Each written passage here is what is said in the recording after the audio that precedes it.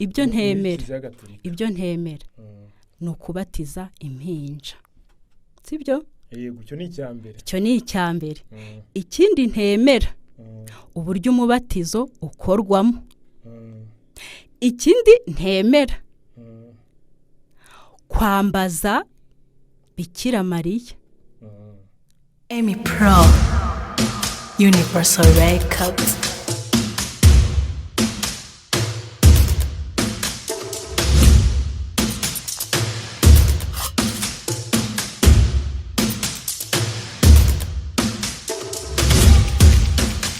Emmy Pro Universal Records. Shuti bakunzi ba Emmy Pro Media, tubanje kubiseguraho twatinze, twari twabasezeranije ko saa 10 zuzuye turaba hari umushyitsi dufite Bibiane nkuko mwabibonye, twari twa premierinze ariko kubera ibibazo bya tekinike nibwo tugiye kubasha gutangira ubu ngubu. Twizere ko murato twihanganira, ntabwo turengeje iminota myinshi, ni 28. Ni myinshi niba twihanganire. Bihangane rwose, dusabye imbabazi. Bibiane, makuru ni meza. Wabanza ugasuhuza abakurikiye Emmy Pro Media mbere yuko dutangira kuganira. Ndabashuhuje aho muri hose, Kristo Yesu akuzwe. Ndabaramukije mu izina rya Yesu. Uvuze mu izina rya Yesu na Kristo Yesu akuzwe, kandi narumvise ko utakiri umukatolike. Yesu ntahinduka. Iyo uvuze Yesu byose kuri nge ni kimwe, kubera yuko icy'ingenzi nuko Yesu wariwe umwami wadupfiriye akatugura igiciro cy'amaraso ye, akaduha ubugingo buhoraho. Yaba Yesu kuko mvugana n'abantu bakoresha ayo mazina yombi, niyo mpamvu nta REMIT nkizeho. Yesu akuzwe, Yesu ashimwe, buri wese yisangemo. Urakoze cyane Bibiane. Ariko nta bintu byinshi nirirwa nkubaza, ngiye guhita ni ibintu byo kugufata ku ngufu. No kugufata ku ngufu. Harya topic tugiye kuganiraho yitwa ngo iki? Yinyibutse. Ntago yibuka. Topic tugiye kuganira herakomeye cyane. Urumva amaze iminsi numva ko Kiliziya Gatolika wayikatiye. Niyo terebe y'ubu ngo warayikatiye. Nyine wayivuyemo tu. Iravuga ngo Bibiane ariyiziye abwiza ukuri abapasiteri n'abapadiri. Ni ukuvuga uno munsi ngo ugiye gusomera ngo abapasiteri n'abapadiri. Rero ugiye kubasomera. Iyo titre iratangaje. Mu by'ukuri ijambo ry'Imana riravuga ngo duhugurane kandi duhugurane mu bwiyoroshye. Rero ni uguhugurana mu bwiyoroshye, nta gahato karimo, nta mbaraga ikiriho, ni ukuganira hanyuma tugahugurana mu buryo bwa kivandimwe, kugira ngo buri wese icyo yemera agisangize mugenzi we, abashe kuba yagirirwa umumaro n'icyo yumvishe avanye kuri mugenzi we. Ni muri urwo rwego rero nje hano kugira ngo tugire ibyo tuganira bishingiye ku ijambo ry'Imana. Ijambo ry'Imana riravuga ngo muhore mwiteguye guhamya ibyerekeye amizero yanyu. Rero ngiye nditeguye, niyo mpamvu naje kugira ngo mbe muri babandi biteguye guhamya, mbahamirize. Uwumva twagendana akaya ndirimbo yanjye, tugendane kandi tuyobowe na Kristo. Nyemera tugendane. Bibiane, urakoze. Ndashaka tugushe ku ngingo. No kuvuga maze iminsi hari ibintu mbona, hari ubutumwa wagiye utanga ku mbuga, ku ma YouTube channels atandukanye. Ndetse nigeze nanakubona wabatijwe, bakudubitse ahantu mu mazi menshi cyane. Kandi n'insanzwe nzi ko wabatijwe. Mbere yuko tugira ibindi tuvugana, ni ngewe urajya uvuga ibyo nkubajije, ni ngewe urakuyobora. Kubera iki nyine uracyari umukatolike cyangwa ntabwo ukiri umukatolike mbere yuko tujya muri ibi? Icy'ingenzi rero ntabwo ari ukuvuga ngo ndi umukatolike cyangwa sindiwe, kuko ikigare aka kanya nicyo naje kubabwira ngo muvemo. Ikigare tugomba kuvamo harimo n'ikigare cy'amadini. Iyo uri mu kigare uyoborwa n'umwuka w'ikigare, ntabwo uyoborwa n'ibitekerezo byawe bwite. Icyo gihe ibitekerezo by'abandi cyangwa se ibitekerezo bya gurupu barizwamo biguhindura imbohe, kandi twarabatuwe. Dufite ubwigenge muri Kristo Yesu. Nyine oya bantu nsubize, uracyari umukatolike cyangwa ntago uri we? Nyine turagenda ingingo kuyi. Nanjye nakubaza ngo umukatolike ni iki? Nsubiza. Umukatolike? Yego. Umukatolike ni umuntu wemera ibyo Kiliziya Gatolika yemera kandi yigisha. Ngewe rero bimwe ndabyemera ibindi nkabihakana. Ubwo igisubizo urakiboneramo. Hari ibyo nemera Imana imwe, data ushobora byose ari mu ijuru n'isi, indanga kwemera. Hari n'ibyo ntemera, kereka wenda tuyivuze ukavuga uti se kugeza aha urahakana iki? Noneho ubwira abadukurikiye ibyo wemera, vuga nka 5 wemera na 5 utemera. Ibyo nemera sibyo? Nemera Imana imwe, data ushobora byose waremye ijuru n'isi, ibiboneka n'ibitaboneka. Nemera na Nyagasani umwe, Yezu Kristo, umwana w'ikinege w'Imana, wapfuye kubera ibyaha byanjye, akazuka ntaheranwe n'urupfu, kugira ngo ubwo ataheranwe n'urupfu nanjye abashe kuzampa ubugingo buhoraho. Ibyo ni bimwe mu byo nemera. Nemera kandi Roho Mutagatifu. Igituma mwemera nuko Yezu ubwe nabanje kwemera ko ari umucunguzi, umwana w'Imana. Jambo riravuga ngo mbere na mbere jambo yahozeho, kandi uwo jambo yahoranye n'Imana. Ariko igihe cyarageze Sekibi yaradutwaye bugwate. Imana irareba iravuga iti se umuntu naremye ni gute namubatura akava muri buriya bucakara bwa Sekibi? Nibwo Imana yarebye isanga mu byaremwe byose nta gitambo kindi gishobora kuyinyura usibye amaraso azirinenge y'umwana wayo, ari we Yezu Kristo. Rero Yezu Kristo yaraje afata isura y'umuntu, agira afite kamere Mana ariko akagira na kamere muntu. Niyo mpamvu yambaye umubiri, urumva, akabyarwa na Bikira Mariya, umubyeyi ukwiye kubahwa. Urumva, rimwe na rimwe hari abantu bavuga ngo yatutse abantu batuka umubyeyi. Sirivupre ndabingi. Bibiasore urumva usujyane deep, wari uri kumbwira ibyo wemera. None ibyo wemera nabyumvise uri mu ndanga kwemera. Ibyo utemera ni ibi. Birimo. Ibyo ntemera rero. Ibyo ntemera, reka mbikubwire. Ibyo ntemera, kuba ntabyemera ubwabyo ugomba kumenya impamvu ntabyemera. Impamvu ntabyemera nuko ibyo nemera byose bishingiye mu ijambo ry'Imana.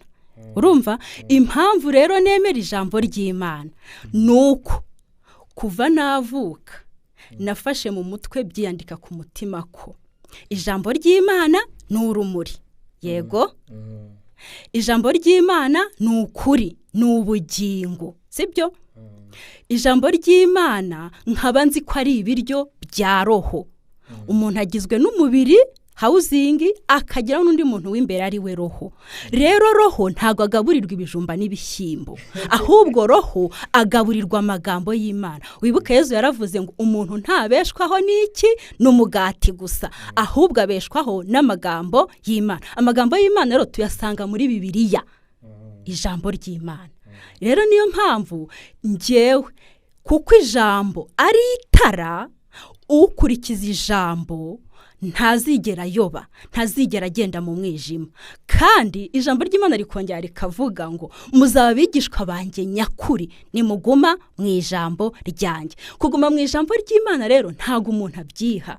Urumva, kuguma mu ijambo ry'Imana ni ubuntu. Mbere na mbere iryo jambo turarizi. Oya, ariko Bibiane kutubindikiranye ibyo utemera ni ibi. Ibyo ntemera. Mbere ko twinjira nyine in deep, ibyo utemera. Ibyo ntemera ni ukubatiza impinja, sibyo? Yego, icyo ni icyambere. Icyo ni icyambere. Ikindi ntemera, uburyo umubatizo ukorwamo. Ikindi ntemera, kwambaza Bikira Mariya. Ni umubyeyi mwiza ukwiye icyubahiro ndetse yuzuye roho mutagatifu aravuga ati amasekuruza yose azanyita umuhire kandi koko nibyo Bikira Mariya ni umuhire ariko ibyo ntago bituma biduha uburenganzira bwo kumugira umuvugizi kuko umuvugizi nemera numwe Yezu ubwo ajya kujya mu ijuru yaravuze ngo byari byiza ko ngumana namwe ndetse ndacyanafite byinshi byo kubabwira ariko ntago mwabasha kubyumva icyabagira umumaro nuko nabanza nkajya kwa data nimara kugerayo nzaboherereza umuvugizi ari we roho mutagatifu aho hantu mpisoma mu byanditswe neza ko umuvugizi twahawe ni roho mutagatifu kandi muri Bibiliya hakatubwira ko uwo muvugizi roho mutagatifu niwe unadutakambira ngo akatunihira mu miniho irenze imivugire ibyo tutabasha kwivugira kuko roho mutagatifu waziranye n'Imana data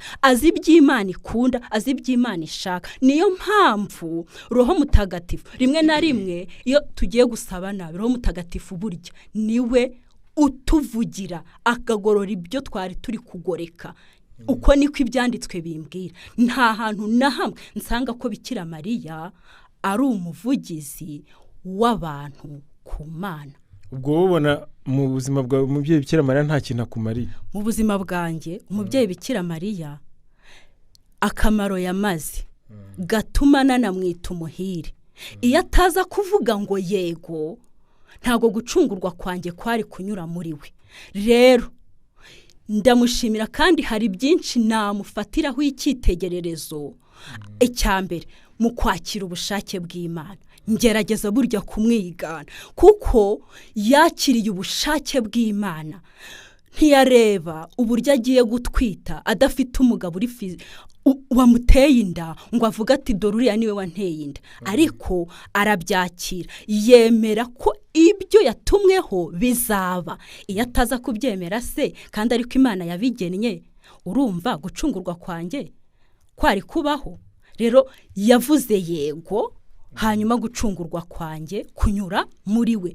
umukiza avukira muri we so umuntu nta kwicyubahiro ariko ibyo ntago bimuha uburenganzira cyangwa ntago bimuha uburenganzira bwo kujya kumunyuzaho amasengesho kuko nasomye neza ko ibyanditswe bivuga ko roho ari we muvugizi kandi Yezu yari afite byinshi byo kutubwira ariko abona tutabasha kubyumva aravuga ati reka mbanze njye kwa data nimara kugerayo nzohereza roho nyirukuri uwo naza umva ikintu cyambere azakora ngo azemeza bisi iby'ibyaha byabo Emmy nta muntu ushobora kukwemeza iby'ibyaha byawe atari roho mutagatifu niyo nakubwira ngo ibi nibi bundi naba mbikubwira nkande ariko roho mutagatifu niba ndi kuvuga nzi neza ko ari bugende agatanga imbere y'amagambo ndi kuvuga agategura imitima y'abantu kugira ngo babashe kubyumva naho ubundi ntaherekejwe na roho mutagatifu naba ndi kuruhira ubusa ariko kuko roho mutagatifu ijambo ry'Imana ravuga ngo nshobozwa byose na Kristo we umpiki imbaraga ni roho mutagatifu mu yandi magambo roho mutagatifu atabaye hari nta kintu na kimwe najya gushobora kuko nshobozwa byose na Kristo ariko si Kristo ubwo ubinshoboza gutyo abinyuza muri roho mutagatifu imbaraga zabemera roho mutagatifu rumva yamaze kugera mu muntu arabanza akanyereka iby'ibyaha byanjye urumva akamurika njyewe akansanga mu isayo y'ibyaha mu isayo yandengeye hasigaye wenda gasatsi akaba ariko ku buryo umuntu yarengewe burundu rero roho ngo yaje niyo mpamvu abantu bavuga ngo dukizwa ku bw'ubuntu nta gitambo ntaki suko waba uri mwiza suko waba ufite amafaranga suko waba ufite ubwenge oya dukizwa ku bw'ubuntu impamvu dukizwa ku bw'ubuntu banzo yumve nuko mu banyabyaha bose b'isi yose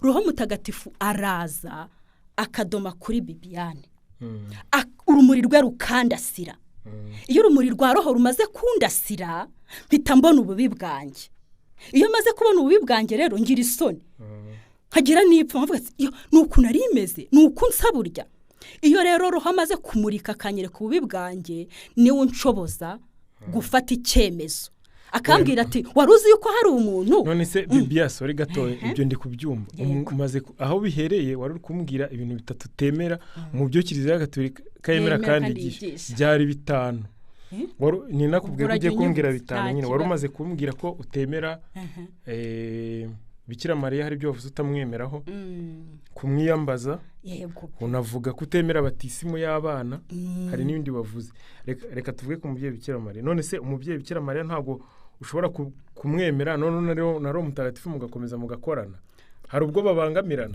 ngewe icyo nkubwira ni kimwe ngewe kuva namenya ukuri kuri mu ijambo ry'Imana banza ubyumve neza sibyo kandi duhugurane mu buvandimwe sibyo ngewe nzi yuko ijambo ry'Imana ni ukuri ni ubugingo sibyo kandi ijambo ry'Imana urumva ijambo ry'Imana ni ibyo kurya umubiri wanjye roho yanjye umuntu w'imbere akeneye kurya kugira ngo abeho kandi ijambo ry'Imana ikirenze icyo ni itara uyoborwa naryo Bibiane banze bihuze na mubyeyi Bikira Mariya ijambo ry'Imana nabyumvise kuryemera ahubwo umubyeyi Bikira Mariya ni gute impamvu Bikira Mariya nta rukundo adahuye n'ijambo ry'Imana ijambo ry'Imana nta hantu na hamwe mu byanditswe herekana ko Bikira Mariya agomba kutuvuganira ku Mana bityo tugomba kumunyuzaho amasengesho yacu kugira ngo agenda yature au contraire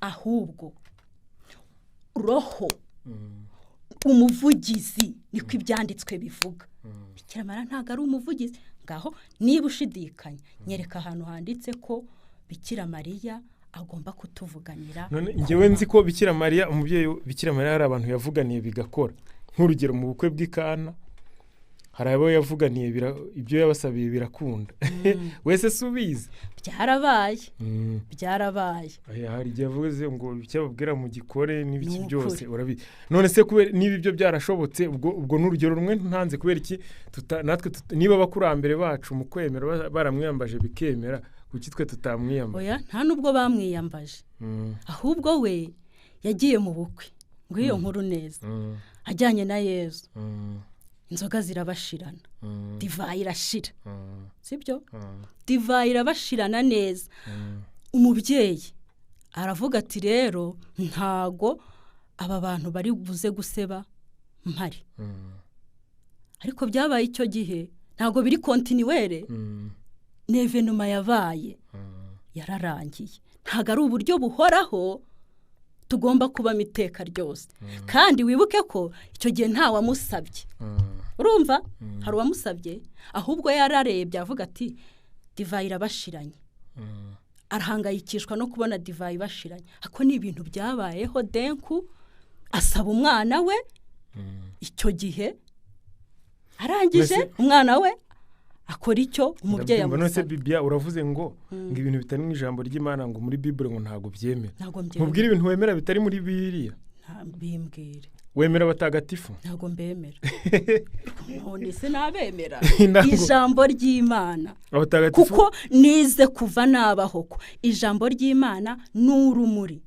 uriyoborwa naryo ntazigera na rimwe agenda mu mwijima none rero abatagatifu ijambo ry'Imana se ubundi batagatifujwe nande ko turindire twese umunsi batagatifujwe na roho mutagatifu wawe uri kuvuga mu kana none se Yesu yaravuze ngo ndagiye ariko simbasize mwenyine mbasigereho mutagatifu nyine roho mutagatifu yadusigiye niwe utagatifuza abo ngabo bakaba batagatifu umva rero nkubwire urinde wo kudesido umutagatifu n'utariwe ijambo ry'Imana riravuga ngo nukuvuga ngo iyo uvuze ngo Emmy ni umutagatifu hari multitude de personnes batigeze baba batagatifu kuki wavuze ngo Emmy ni umutagatifu mu mamiliyoni y'abantu urinde wowe wo kubwira wo gutagatifuza umuntu wowe muntu w'inyama n'amaraso ninde uguha ububasha reka nkuririmbire ngo imanza zose z'abantu ni wowe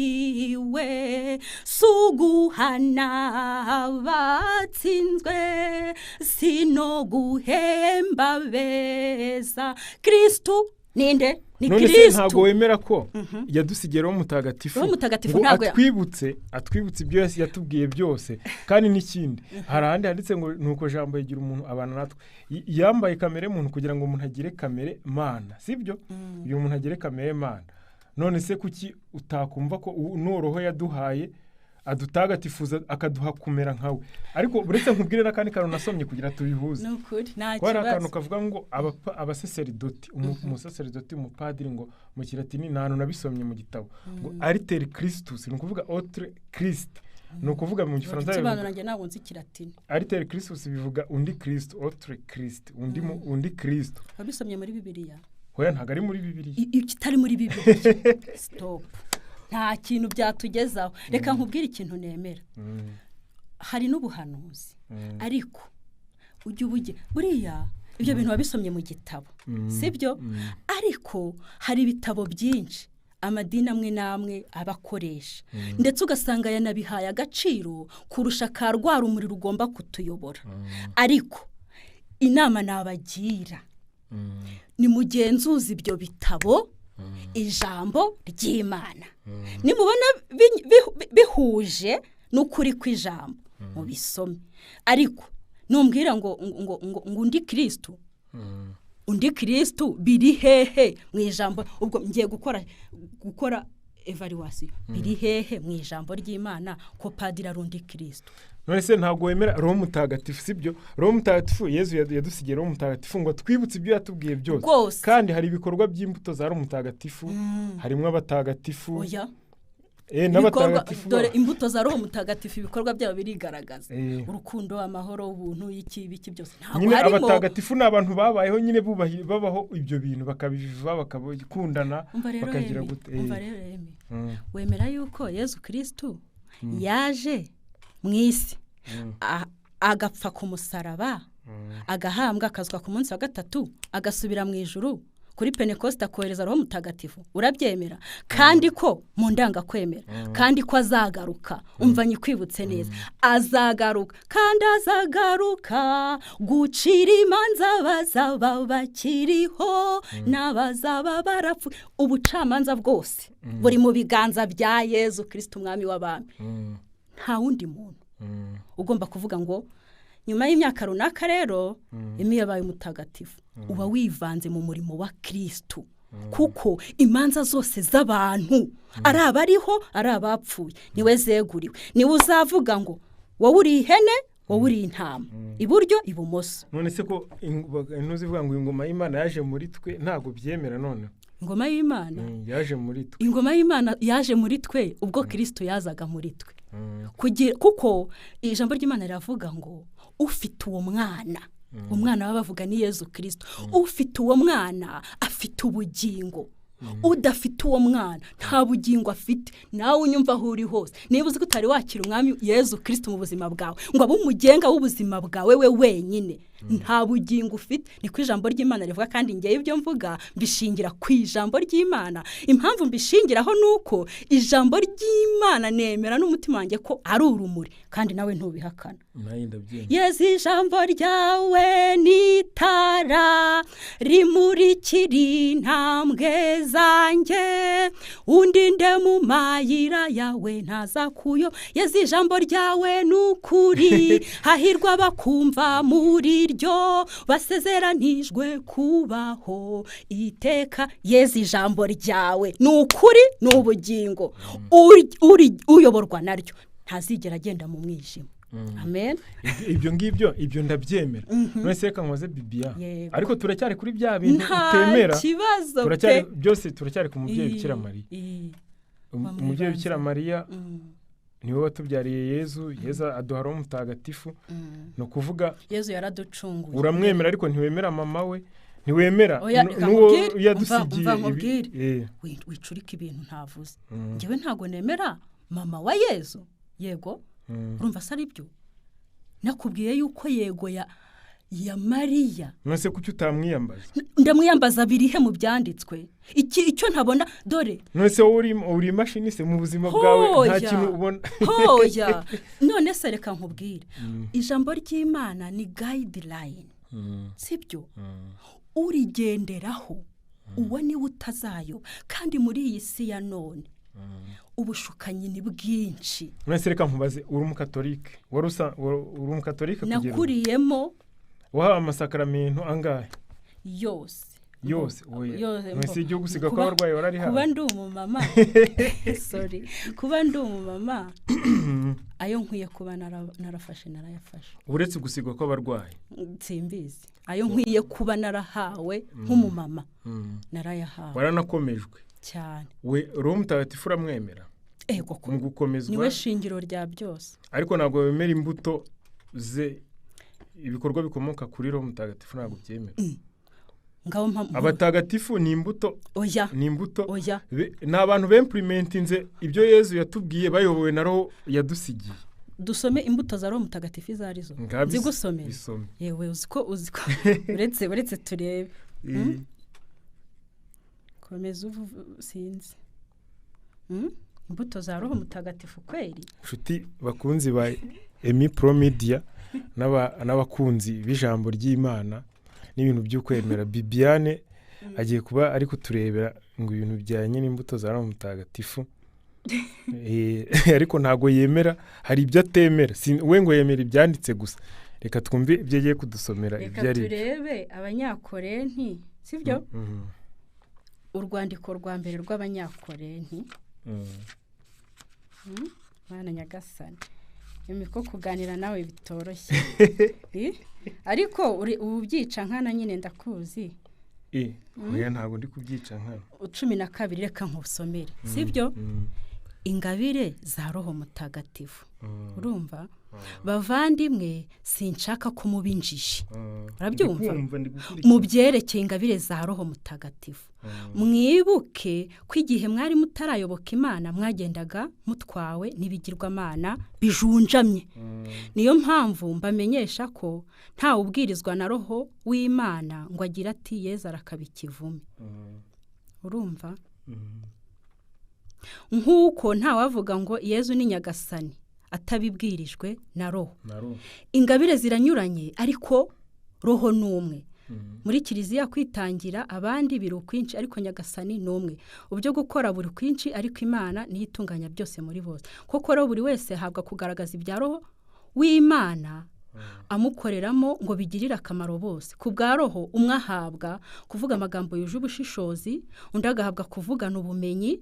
urumva wumvishe zimwe mu mbuto.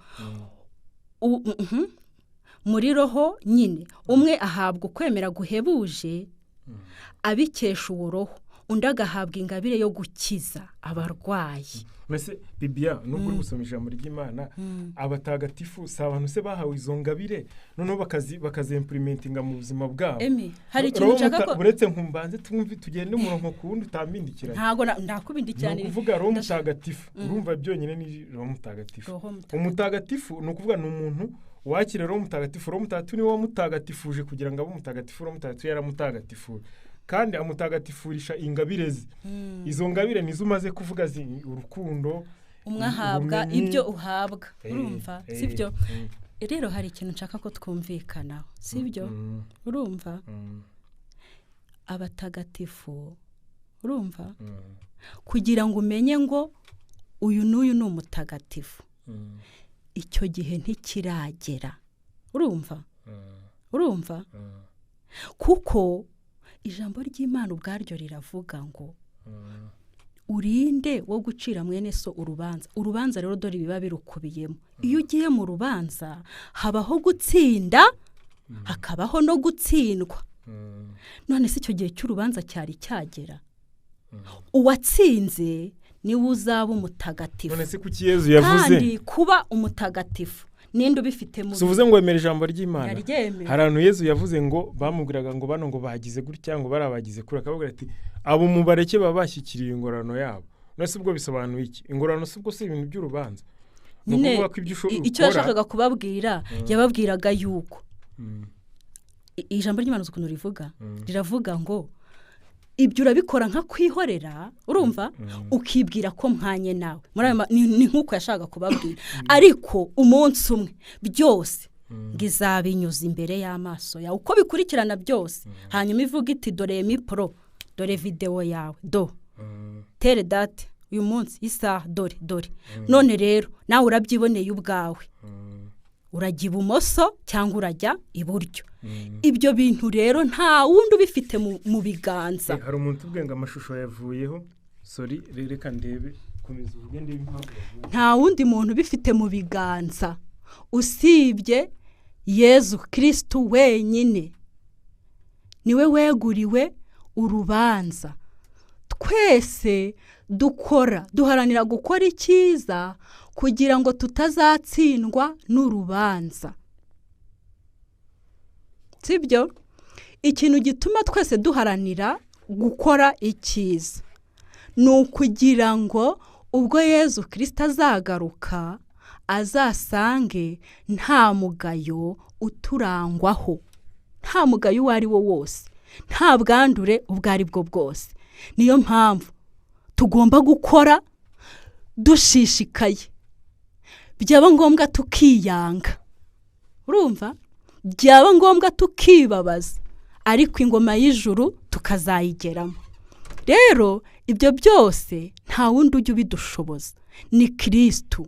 Kristo rero uwamwakiriye niwe umuha za mbaraga za Roho Mutagatifu. Iyo azimuhaye nizo zimushoboza byose.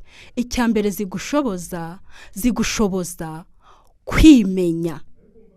Wamara kwimenya ukisobanukirwa, ukamenya niba uri mwiza cyangwa uri mubi. Iyo usanze uri mubi uhitamo guhindukira. Iyo uhindukiye ugakurikira Kristo, uwo nguwo wakurikiye agenda gutagatifuza uko bwije n'uko bukeye. Izo mbaraga rero nta handi wazivana usibye Yezu Kristo uzinyuza muri roho we, Roho Mutagatifu, imbaraga z'abemera. Kandi uwo roho twamusezeranyijwe mbere yuko Yezu ajya mu ijuru. Ijambo ry'Imana rikongera rikavuga ngo uzashaka wese azabona, uzasaba wese azahabwa. Ntago rero kwari ugusaba iby'isi, ntago kwari ugusaba amafaranga cyangwa ubutunzi, ahubwo kwari ugusaba imbaraga, kwari ugusaba Roho Mutagatifu ngo mwebwe n'ububi bwanyu niba mubasha guha abana banyu ibyo babasaba, njyewe so uri mu ijuru nzarushirizaho nte guha abanyizera roho. Ntago Imana umubyeyi wa twese yananirwa kuduha imbaraga zizatubashisha gukora icyo Imana ishaka ko dukora. Yezu rero turamushima cyane kuko yarebye ko tudafite imbaraga ntacyo twashobora. Ibaze kugira ngo Yezu ubwo arebe, kandi yari afite kamere y'Imana, afite na kamere muntu, areba avuga ati aba bantu ndacyafite byinshi byo kubabwira ariko ntago babasha kunyumva. Kuba rero batabasha kunyumva, reka ngende njye kwa data. Nimara kujya kwa data ndohereza roho wowe ukuri naza, niwe uzaduhishurira ibyo Kristo yasize avuze byose. Azatwibutsa, azatwigisha, kandi azaduha imbaraga, azaduha no kwihangana, kuko gukurikira Kristo ni ukwihangana, ni ukwiyanga, ukikorera umusaraba. Nayo ndi kuvuga ku mbaraga za Roho Mutagatifu n'akamaro Roho Mutagatifu afitiye abemera. Wemera Roho Mutagatifu utemera imbuto ze? Imbuto za Roho Mutagatifu ni iki? Urukundo, amahoro, ubuntu, kugira neza. Mwese wari wahura n'urukundo ruri kugenda mu nzira. Urukundo rugaragarira mu bantu nyine. Roho Mutagatifu bagiye bareactinga, witwa Maniriho Joseph yavuze ngo yamenye ukuri kuzamuyobya rwose, yubahwe, tuzajya tumutura umubyeyi Bikira Mariya, azabanza ajye kwiga mbere yo kujya asobanura bizamufasha. Uyu nguyu Maniriho Joseph ndamuzi, yize no muri Grand Seminaire, aririmba muri korali Inyange za Mariya. Ubu wamubwira iki mbere yuko nkubwira n'abandi? Arambwiye ngo nzabanze njye kwiga. Kandi gusomere ngo yamenye ukuri kuzamuyobya rwose, ngo yubahwe, tuzajya tumutura umubyeyi Bikira Mariya, ngo azabanza ajye kwiga mbere yo kujya asobanura bizamufasha.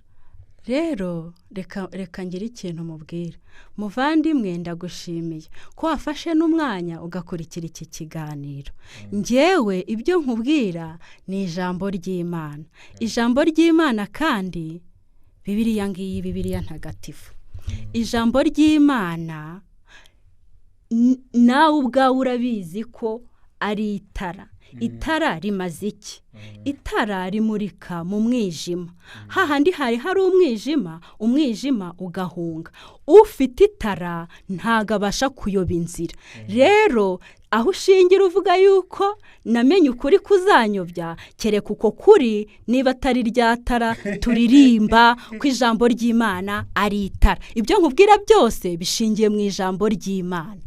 Nizere ko Maniro Joseph igisubizo yakibonye Bibiane kugira yenda tugende kurumva turaganira ibintu byinshi cyane ikindi utemera niki twari tuvuze ku mbye Bikira Mariya na Roho Mutagatifu hari ibyo utemera kuri we ikindi utemera muri Kiliziya Gatolika niki ikindi ntemera sinabikubwiye harya oye turegiye kugenda tudevelopa buri kimwe ikindi ntemera ni umubatizo w'abana batoya n'uburyo umubatizo ukorwamo bisobanure impamvu ntabyemera ndabishingira kuri Bibiliya ko Bibiliya niryo tara niryo rumuri mbere na mbere reka twumve ijambo ry'Imana ubundi turarizi ijambo ubundi mbere na mbere kuko ndakomeza kuvuga ngo ijambo ry'Imana ni iki mbere na mbere ko ibyo mvuga byose mbishingira ku ijambo ry'Imana ubundi ijambo ry'Imana ni iki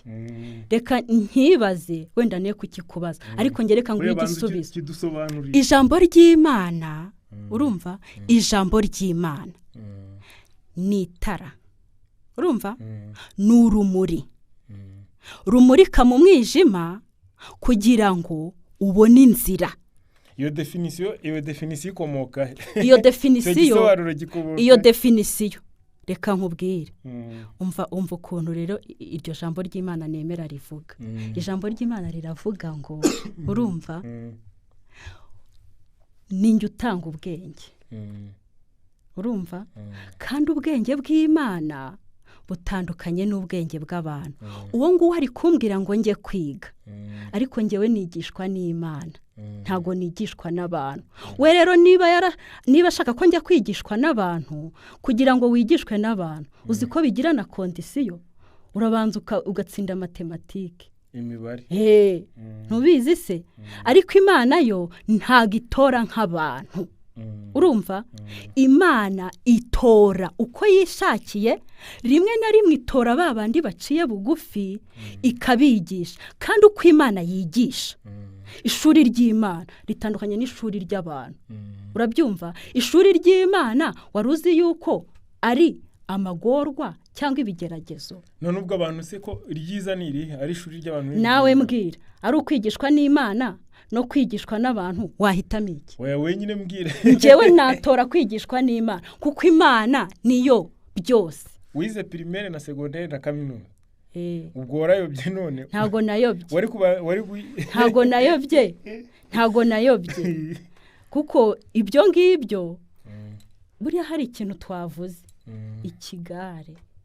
ikigare iyo nza kuba wenda mfata icyemezo ari njye wihitiyemo ariko umwana uvutse umwaka umwe ibiri ajya muri materineri hari uruhare yabigizemo nuko rero nize sibyo kandi ndabishima kuko kwiga udashaka kuntega umutego kwiga ni byiza urumva bituma umenya ubwenge ariko ubwenge umenya ntago ari ubwenge buva ku Mana ubwenge bw'Imana bwigishwa mu buryo bw'ubumana Bibiane komeza ijambo ryawe ndabona bari kutubwira ko batiri ngo ugiye kugira mbenge ikemura we komeza bikora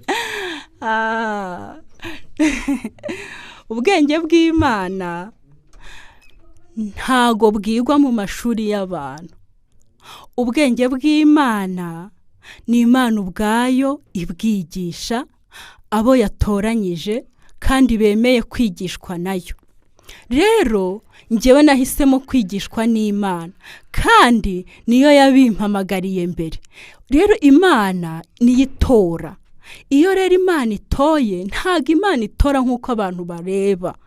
Uzagenda ujye muri iryo jambo ry'Imana urebe ukuntu byonyine ubwabyo abami ba Isiraheli bajyaga kwimikwa.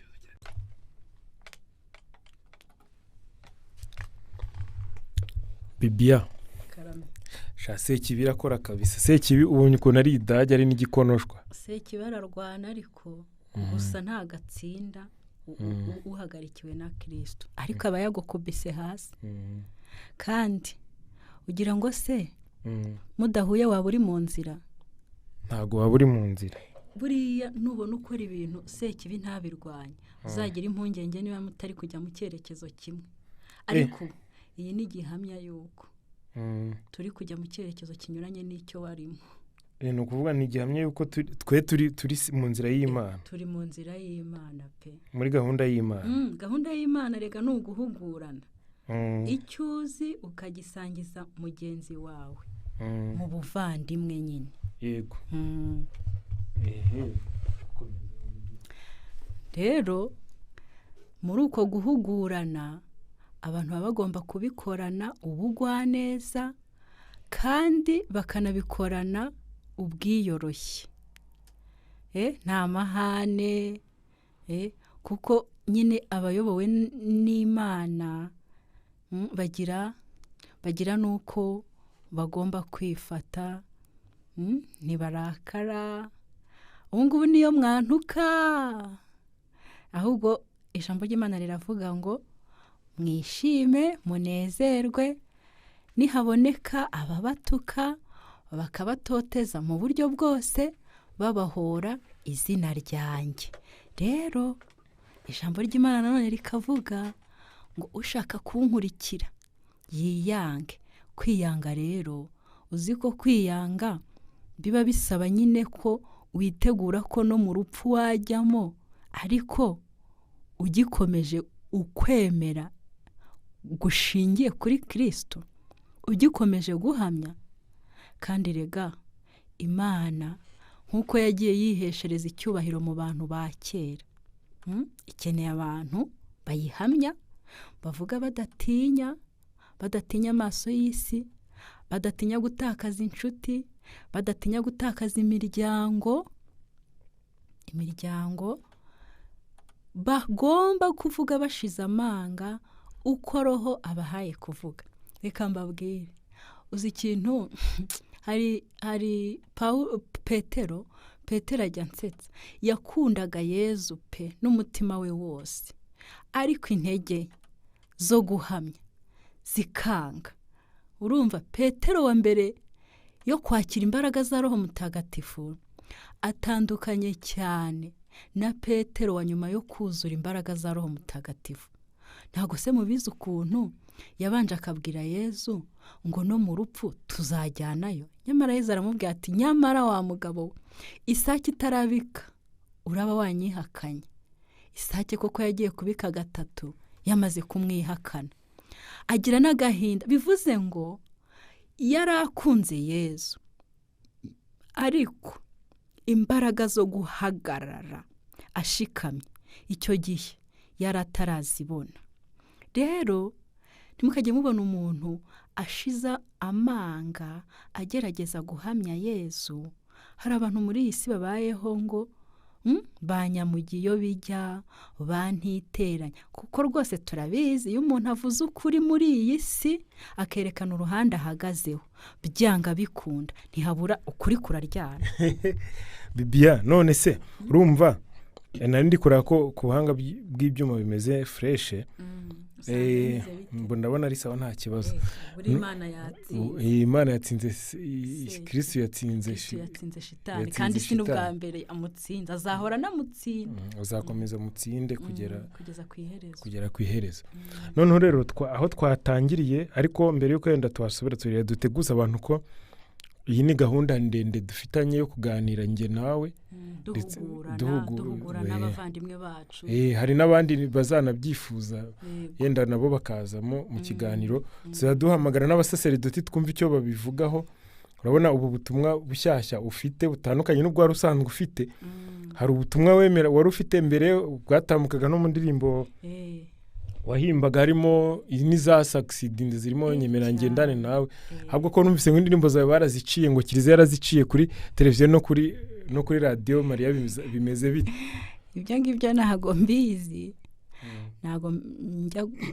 ntago ngikurikirana cyane ngo menye ngo ese bayisabye ese ntibayisabye buriya nzamenya uko bimeze nta makuru ufite muri makuru mfite buriya hari n'igihe wakumva amakuru ariko adafite fact rero gutangaza ikintu udafitiye ibimenyetso udafitiye gihamya nabyo ntago ari byiza niba ari byo niba atari byo buriya ukuri kurashyira kukajya habona gusa icyo nzi cyo hari abantu benshi batakiriye ubutumwa ndi gutambutsa muri iyi minsi ariko ngewe mpamya neza ntashidikanya ko ari ukuri ese Bibiane nk'ubu turacyari muri introduction ibyo turi kubwira abadukurikiye n'abazadukurikira turi muri introduction kino n'ikiganiro kirekire kizamara nk'umwaka wose biragaragara ko nkurikije aho twahereye umbwira ko hari ibintu bimwe mu byo Kiliziya Gatolika yemera kandi yigisha wowe utemera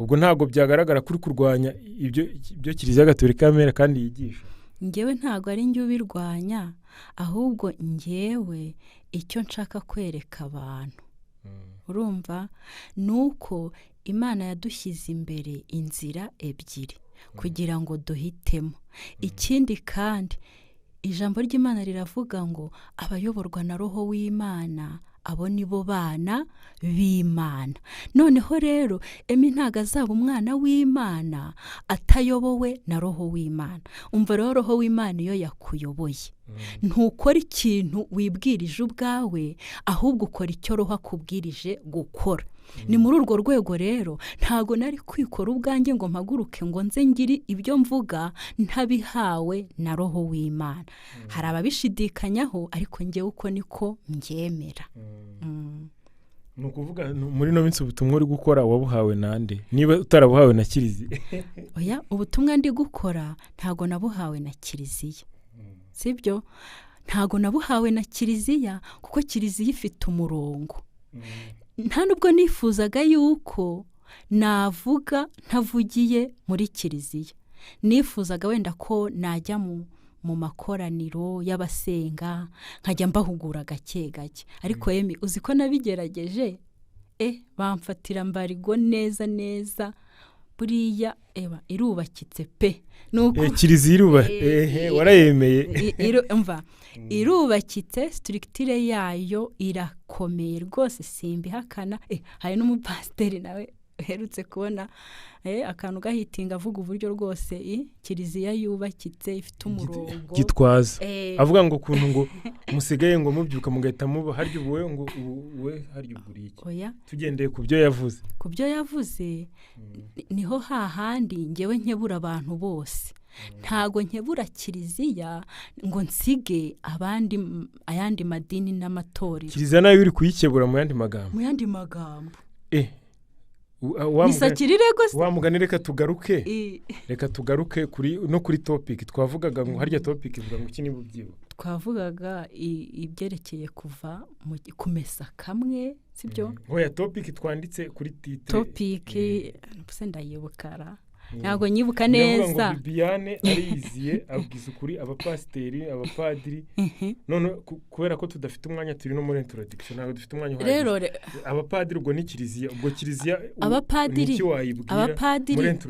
muri introduction ikintu nababwira ngo ijambo ry'Imana ni ukuri ni itara ni ukuri n'ubugingo kandi ni itara rimurika mu mwijima umuntu akabona inzira bityo akaba afite security ko adashobora kuyoba icyo rero nababwira ngo abari muri Kiliziya bose nibayoborwe n'ijambo ry'Imana kuko nibarikurikirana bagakurikira umurongo ijambo ry'Imana ryabaciriye kuko ari ryatara ari rwa rumuri ntibazigera bagenda mu mwijima ikindi kandi nanone nababwira ngo nibemere rero urabona yuko muri Kiliziya hategurwa amasomo ku buryo isomo ryasomwe i Roma ari ryo risomwa i Nyabitimbo ari ryo risomwa muri South Africa, ari ryo risomwa mu mpera zose, mu mpande zose zitandukanye z'isi.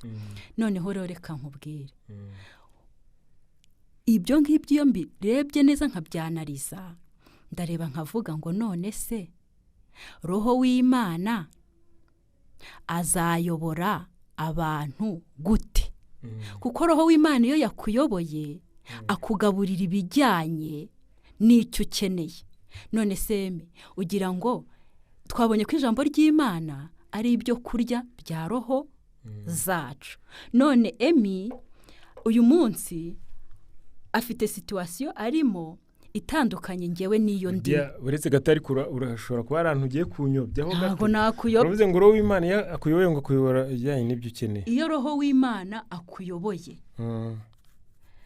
aho ngaruka ndakubwiye ko ijambo ry'Imana ni ibyo kurya roho y'umuntu ikeneye kugira ngo ibashe kubaho, izabashe kwinjira mu bugingo bw'iteka.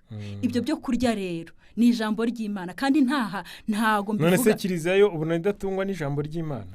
Itungwa n'ijambo ry'Imana, ariko uburyo barigabura bashyiraho limite ku buryo Roho Mutagatifu yagombaga kurigaburira abana muri Kiliziya. Donc ubwo Kiliziya ibangamira Roho Mutagatifu. Irayibangamira. Ntago nciye ku ruhande, bavuga ko bayoborwa na Roho w'Imana, nyamara ugasanga imigenzereze yabo irabangamira Roho w'Imana.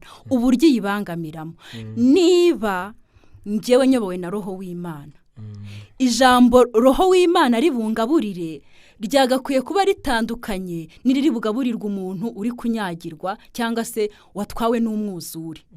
Iryo jambo ry'Imana umuntu akeneye riraza riza gufitinga icyuho cyari kiri muri we.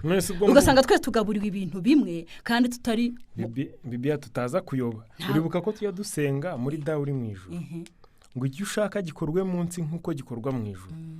None wowe uri kuvuga ngo Roho w'Imana aza kukugaburira ibyo ushaka, kandi hari igihe ngende gukeka ko ushobora gusanga hari igihe ugushaka kwanjye. Ntago nkubwiye ushobora kuba kudahuye n'uko Imana. Ubundi niyo dusaba, ahubwo niyo ushaka kunyobya. Niyo dusaba turavuga ngo ntibibe uko nshaka, ahubwo bibe uko ushaka. Kandi iryo sengesho ntago ari twe tuba turyadukanye, tuba dusubiramo ibyo Yezu yavuze ari gusengera igihe Imana agiye kubambwa ku musaraba.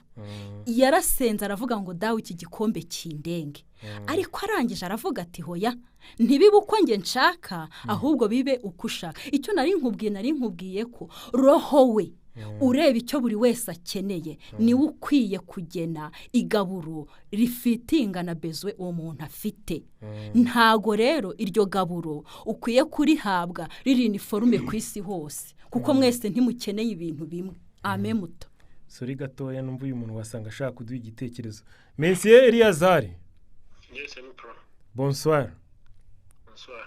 Ubu ngubu ndi kuri Emmy Pro Media ndi kuganira na Bibiane. Urashaka kuduha igitekerezo kuri topic turi kuganiraho?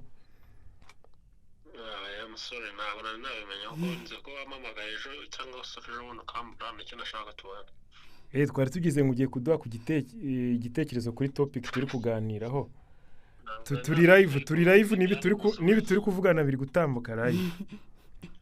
Bibiane musuhuze rwose mbwire ko twamubuze mu muziki sinzi aho yagiye. Ndagusuhuje cyane mu izina rya Yezu. Bibiane wagiye? Ndahari.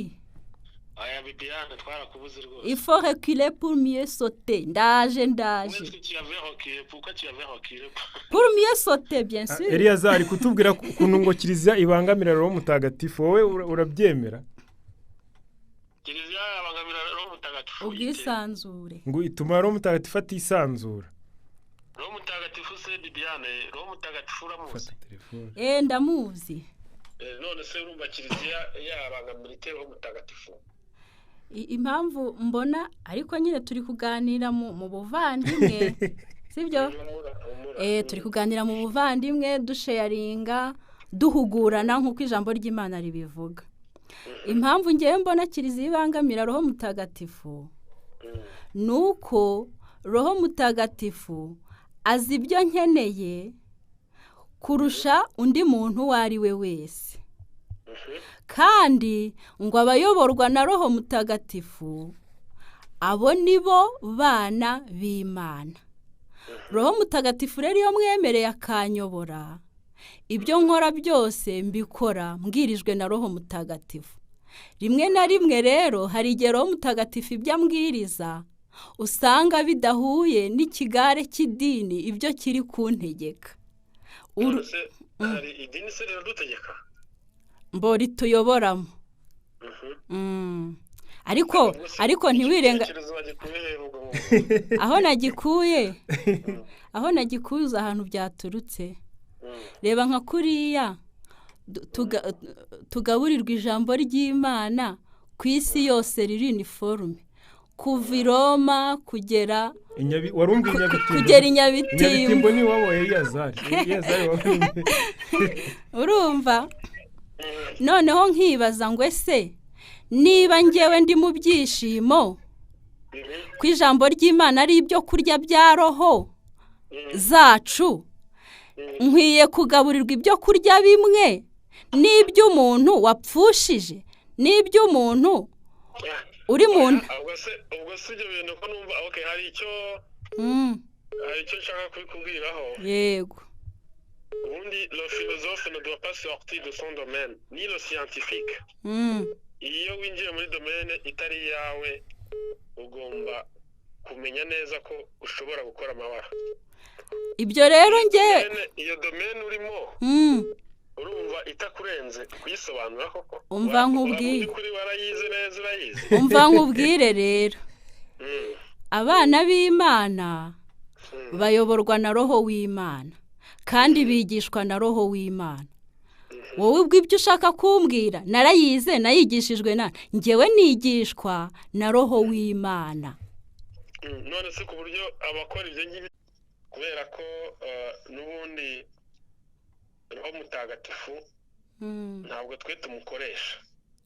Yego. Niwe udukoresha. Akareba icyo dukeneye nyange nibyo navuze. Kuba ijambo ry'Imana ryatanzwe muri Kiliziya kuri ubwo buryo ntaho bihuriye no kuba abantu batanye. Nanjye ntago navuze ko mwatanye ahubwo navuze ko mudatuma roho yisanzura ngo agabure uko bigomba. Ariko zikitwa exégèse. Oya. Exégèse ni interprétation de la Bible uko abantu basobanura Bibiliya cyangwa se basobanura ijambo uko abantu basobanura Bibiliya cyangwa se basobanura ijambo ry'Imana. Ibyo ngibyo nibyo bakora babwirijwe na roho mutagatifu. Ariko rero hakaba n'igihe umuntu ashobora gukora exégèse ku buryo butarimo. N'ubwo nk'ibyo bisobanuro gutanga ntabwo ari byo.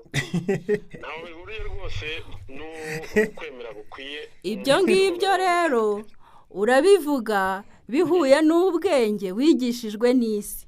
Ngewe nanjye ndabivuga bihuye n'ubwenge mpamya ko nahawe na roho mutagatifu. Ubwo se turahurira ku buryo mbese uri kwemeza ko ubundi kuvuga nta roho mutagatifu uri kuvuga. Ntago mbizi ariko watangiye umbwira ngo watangiye kubanza ukamenya. Ngewe bituvugana none ahangaha ngewe nyoboye na roho mutagatifu. Yego. Ntago nabihakana cyangwa ngo mbyemeze. Neza umenye gusobanura neza icyitwa ubwisanzure ni iki. Iryo jambo ubwaryo numvise ko ushobora kuba uri kubitangira ibisobanuro bitari byo. Ubwisanzure ntaho bihuriye no kuba abantu bahabwa imirongo yo muri Bibiliya. Ntago icyo ngicyo ari cyo cyitwa kubabuze ubwisanzure. Ubwisanzure ni iki? Reka nduguhere ku bintu ushobora kumva ku buryo bworoshye. Iyo mwarimu agiye mu ishuri agiye kwigisha abanyeshuri 30 akabahereza bose note zimwe, abo banyeshuri yabigishije kandi yabigishije neza. Ntabwo umunyeshuri umwe muri bashobora guhaguruka avuga ati uyu mwarimu ari kurimita ubwenge. Nta n'uwo ari buze kubuza kandi kujya gukora izindi recherche nubwo yatanze note. Nkaba ntekereza rero ko ngendeye kuri urwo rugero uri kwitiranya cyane icyitwa ubwisanzure bw'abana b'Imana. Umva rero uvuze neza, uvuze iby'ishuri. Ishuri ry'Imana rero ritandukanye n'ishuri ry'abantu. Ugendeye ku myumvire yawe ya none. Yego rwose. Nta myumvire y'undi muntu ngenderaho ni yanjye. Ariko rero buriya ibijyanye n'imyumvire y'Imana ntabwo bigendera ku myumvire yanjye ahubwo imyumvire yanjye ikwiriye kugenda uko Imana ibigena. uko Imana ibigena. Witekereza ko umutwe wawe mutoya ushobora kuwushyiramo imyumvire y'Imana, sibyo? Reka nkwigishe mpereye ku nyigisho. Oya, uretse gatoya, nanjye ntacyo najyaga gushobora, ntagishobozwe na Kristo umpa imbaraga, kandi Yesu ajya kujya mu ijuru yaravuze ngo nari ngifite byinshi byo kubabwira, ariko ntago mwabasha kubyumva. Reka mbanze ngende njye kwa data mboherereze roho nyir'ukuri naza. Bibiane, ko wari ufite kwemera kuzima. Uko kwemera nagukuye ku ijambo ry'Imana. Ridusanga hehe? Ijambo ry'Imana ridusanga muri Bibiliya ntagatifu. Mu kihe gitabo? Bibiliya ntagatifu. Nyine Bibiliya ntagatifu uzi ko ari verbum dei, igizwe n'ibitabo byinshi, sibyo? Ntabwo ari igitabo kimwe. Ndashaka kumenya reference biblique uri gukuramo ibyo bisobanuro byo kuduhereza. Ivuga ngo iki? Nyine wowe uri kuvuga ko ndi kukubwira ko mu minsi yashize cyangwa ngewe nkurikije uko nkuzi, watubwiraga ibintu biri byo kandi bifite bigaragaza ukwemera kwawe. Ibintu biba byo bitewe n'uwumva. Uko kwemera ufite none ahangaha umbwiye ko gukura muri Bibiliya. Duhe reference biblique iduha uko kwemera urimo udusobanurira none ahangaha, maze tukwemere rero. Genda nawe uyisome. Ngende some hehe? Genda uretse ndaje mpakubwire. minsi Eliyazari turagushimiye cyane. Urakoze, twanyine urumva turi kuganira na Bibiane, urimo kubireba. Karame. Icyo kiganiro ni cyiza ko mwashigiranye na Bibiane. Ni cyiza. Yego. Ariko ntimugisubike. Yego. Tuzagikomeze. Mushake abantu bafite roho mutagatifu.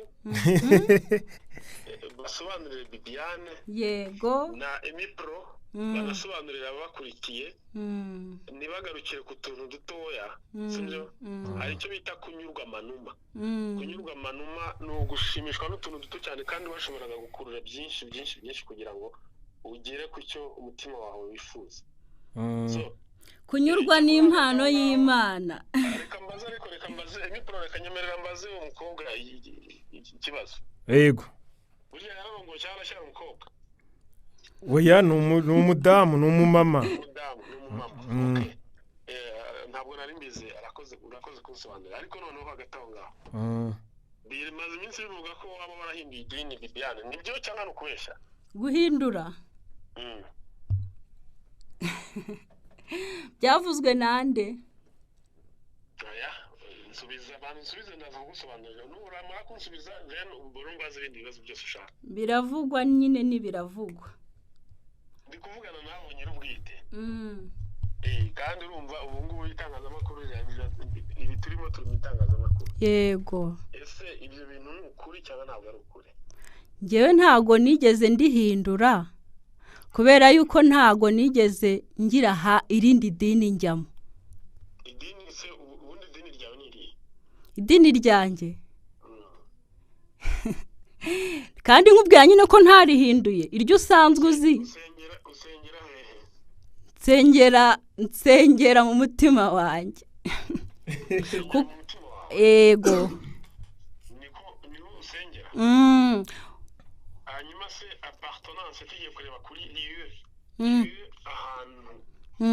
ahantu hazwi nk'uko umuntu avuga ngo ngewe nsengera kuri paruwasi Regina Pacis, cyangwa nsengera muri Eglise Gatolika cyangwa muri Adventiste cyangwa muri mu Basilamu, wowe usengera nk'ubu hehe? Aho ntahahari. Nta hantu usengera? Nsengera mu mutima wanjye. Ariko ijambo ry'Imana kavuga ngo mwiteguye gusobanura ibijyanye no kwemera kwayo. Ntago byananiye. Minsi Eliyazari turagushimiye cyane kuri uyu mwanya uduhaye, uradufashije mu kiganiro rwose, utanze umuganda wawe. Ubwo rero reka dukomeze tuganire. nanjye namutumiye kubera ko hari ibindi biganiro nagiye mubonamo n'andi makuru nyine kugira ngo dukomeze tubidebateho ariko tugamije kubaka atari ugusenya. Murakoze cyane ngo reka dukomeze. Bibiane abantu benshi bari kukurwanya ubwo bimeze bite urabyumva? Bandwanyije ndishima nkanezerwa kuko ngewe ndebera kuri Kristo kandi yaravuze ngo niba barwanya bakabatuka bakabatoteza bahohora izina ryanjye gusa hari ikindi baba bampora harwe nigeze ntukana ngo muzishime munezerwe kuko ingorano yanyu twunganira ariko muri iki kiganiro tutirengagije n'umwanya dufite ko ari azahoraho umwe cyangwa babiri nta kibazo. Reka tumubwire nimero yawe. Nimero yawe ni 078 yego 54 4210 078 5210 undi washaka nawe kugira icyo akubaza cyangwa yaba mu kiganiro yaba na nyuma y'ikiganiro wakomeza wari kumbwira ukuntu bitakubangamiye. Ntago bimbangamiye kuba abantu benshi baba bari waruvuze kuntuka waruvuze kugira gute kuba bari kugutondagira gutondagira bivuge mu mvugo wenda nyine abantu benshi kubona ko bameze nk'aho bakurwanya kundwanya rero kundwanya ibyo ni ikimenyetso kigaragaza ko nkurikiye Kristo wanyawe utari pirate kuko Yezu kabiri kangahe yagiye kwigishiriza mu masinagogi bagashaka kumwica akajya banyura mu myanya y'intoki arangije rero asiga tubwiye ati isi ni ibanga muzamenye ko ari ngiye yabanje kwanga kandi mumenye ko nta mugaragu uruta sebuja sibyo niba banga rero ntimuzahungabane ahubwo muzishime munezerwe none subwo urumva navuzwa ni ikimenyetso simusiga niba bari kuntoteza ikimenyetso cy'ukuri mu nzira nyine ko ndi kuvuga ukuri kandi ukuri reka nkubwire ukuri wari uzi ko ari inkota ityaye ukuri kuraryana ariko ukuri kw'ijambo kurakomeretsa nibyo ariko ntago kureka igikomere ahubwo kuranacyomora rero iyo ushaka rero kugira gute gukanda igisebe cy'umufunzo uragikanda nyirukukigira kababara amashyira yose ukayamaramo warangiza ukacyomora icyo gihe rero uri gukanda nyirugukandwa araboroga asaze imigeri. Bibiane ukuvuga aho twari turi Eliyazari imbere yuko twunganira no kuvuga ko reba Kiliziya imaze imyaka 2023 turabizi ko tubara duhereye kuri kuvuka rya Yezu Kristo igihe Yezu yayishingiye sibyo igihe Yezu yagiriye ate yayishingiye Kiliziya ashinga Kiliziya si wowe wayishinze se tubara duhereye ngira ngo tubara duhereye igihe yavukiye Yezu nyine igihe yavukiye se n'igihe yayishingiye hari ubwo bitandukanye cyane ngewe ubwo nyine reference ni Yezu yavutse nibwo babaze ni ukuvuga icyo nshaka kukubaza ni ukuvuga uravuze ko umaze gushinja Kiliziya ngo ntabwo iyoborwa na mutagatifu yego oya ntabwo ariko navuze ngo Kiliziya ntabwo iha ubwisanzure ibangamira roho mutagatifu ntabwo iha ubwisanzure roho mutagatifu ngo akore uko yakagombye gukora.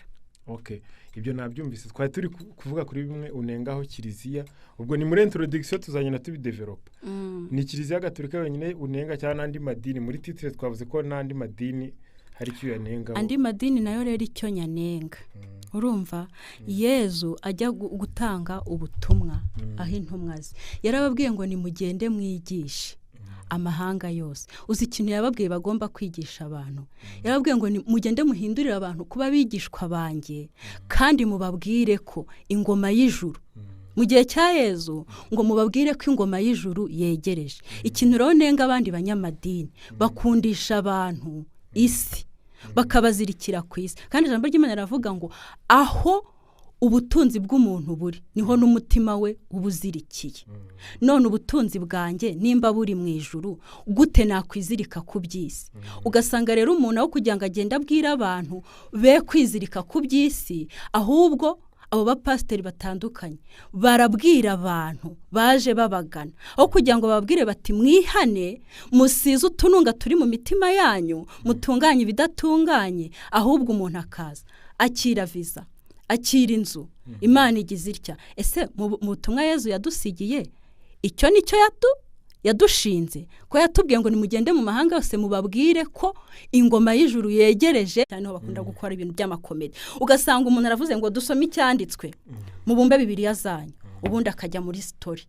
Ba bantu icyo basomewe ntacyo bari butahane, ahubwo baratahana story cyangwa se batahane ko babwiwe ko Imana ibirangije, ibahaye viza, ibahaye inzu, ibahaye umugore. Ugasanga ibyo kubabwira gukizwa ibyaha no kwihana nta bihari, kandi ariyo nshingano Yezu yatubwiye ngo mugende mu mahanga yose mubabwire bihane bisubireho kuko ingoma y'ijuru yegereje. Impamvu yabibabwiraga yagira ngo hatazagira umuntu uzatsindwa n'urubanza, kuko urubanza rurahari. Mvuye hano ntanabibibukije naba naruhiye ubusa. Urubanza rurahari, nanjye reka mbabwire ngo twisuzume, twiyeze, turebe neza ko twatunganyije ibidatunganye twamaramaje, kugira ngo urubanza ubwo ruzaba rutazagira n'umwe muri twe rwatsinda.